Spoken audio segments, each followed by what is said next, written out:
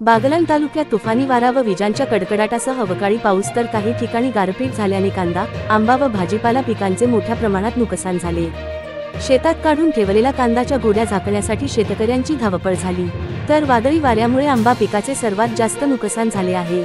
पश्चिम पट्ट्यातील 60 पेक्षा जास्त गावांना जोडणाऱ्या डांगसौंदाणे सटाणा व तळवाडा सटाणा या रस्त्यावर अनेक ठिकाणी मोठी झाडे उमळून पडल्यामुळे अनेक गावांचा संपर्क तुटला, तर वादळी वाऱ्यामुळे अनेक ठिकाणी विजेचे खांब कोसळले, त्यामुळे बहुतांशी ठिकाणी वीजपुरवठा देखील खंडित झाला आहे, तर काही ठिकाणी घराचे पत्रे उडाले आहेत।